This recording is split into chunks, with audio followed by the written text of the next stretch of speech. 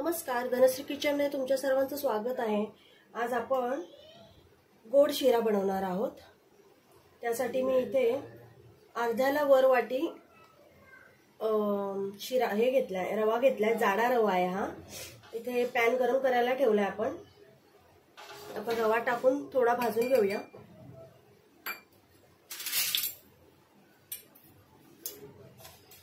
इथे पाणी गरम करायला ठेवलंय।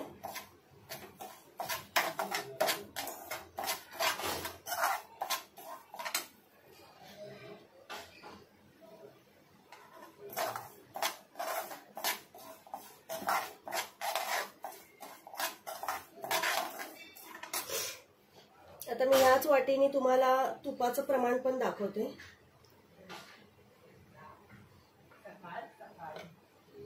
हे घट्ट आहे, हे बरोबर अर्धी वाटी आहे।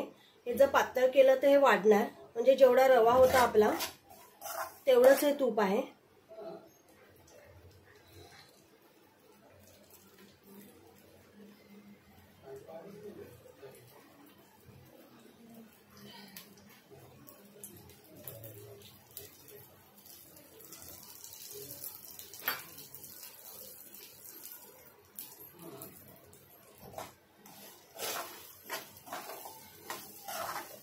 रवा आपण चांगला भाजून घेणार आहोत।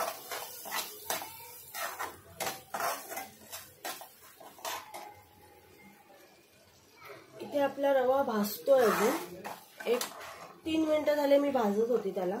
आता आपण ह्याच्यामध्येच काजूचे काप आणि बदामाचे काप टाकणार आहोत। मी इथे थोडे मनुके पण घेतले। ड्रायफ्रुट्स टाकून घ्यायचे, म्हणजे ड्रायफ्रुट्स पण त्याच्याबरोबर भाजले जातात चांगले। आता जेवढा रवा होता ना त्याच्यापेक्षा थोडी कमी साखर आहे। तुम्ही तुमच्या आवडीनुसार, तुम्ही जास्त गोड खात असाल तर जास्त पण घेऊ शकता पूर्ण वाटी, किंवा कमी खात असाल तर ह्याच्यापेक्षा कमी पण घेऊ शकता, पण हे प्रमाण बरोबर आहे।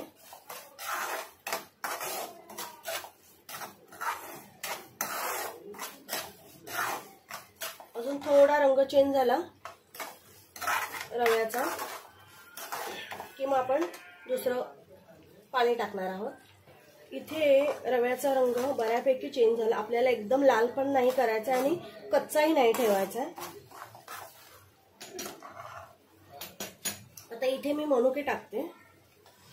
मनुके जास्त भाजले की ते एकदम फुगतात असे, म्हणून मी लास्टला टाकते। आता मी हे गरम केलेलं पाणी आहे, आपण ज्या वाटीने रवा घेतला ना त्याच वाटीने मी हे बघा हे 1 वाटी पाणी टाकते।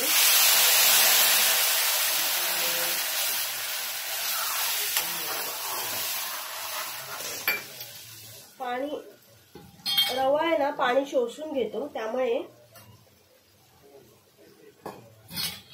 बघू शकता 1 वाटी आणि ही अर्धी वाटी।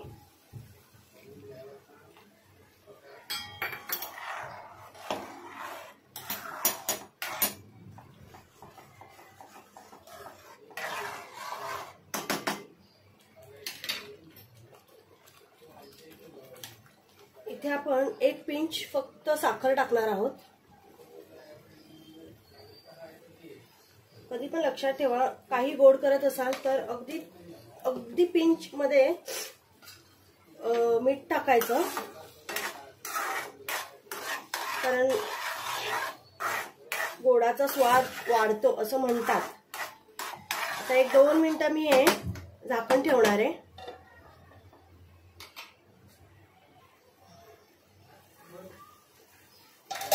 इथे पाणी पूर्ण शोषून घेतलंय रव्याने। आता आपण इथे साखर टाकणार आहोत।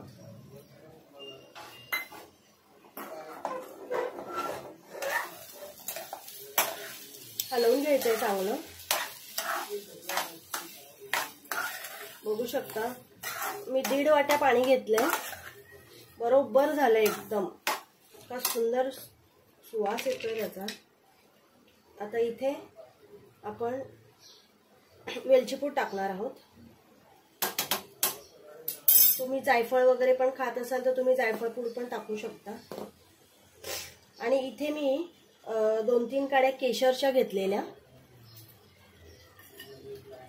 त्या मी थोडंसं कोमट दूध होतं त्याच्यामध्ये टाकल्या होत्या. आता आपण हे असं टाकूया वरून. तुमच्याकडे जर केसर नसेल तर तुम्ही नाही टाकलं तरी चालेल, ऑप्शनल आहे हे. माझ्याकडे होतं थोडंसं म्हणून मी टाकलंय.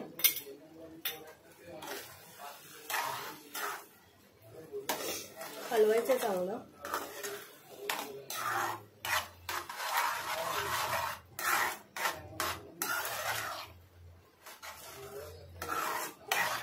आणि मी पाणी वापरले. पाण्याच्या ऐवजी तुम्ही जर दूध वापरलं तरी चालेल. तुमच्याकडे जर दूध वापरून करत असेल तर तुम्ही 1.5 वाटी दूध घ्या.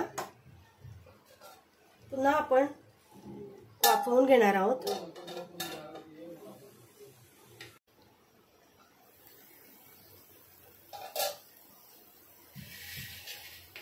इथे आपला शिरा झालेला आहे.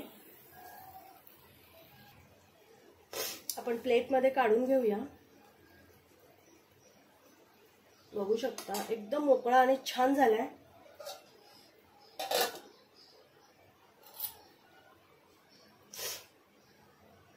कसा वाटला शिरा? नक्की करून बघा, खूप छान लागतो. आणि मोकळा झालाय, असं काही नाही की पाणी पचपचीत झालाय, असं एकदम सुका झालाय. चवीला पण खूप छान झालाय. नक्की रेसिपी करून बघा. आणि व्हिडिओ आवडला असेल तर लाईक, शेअर आणि सबस्क्राईब नक्की करा. बाय.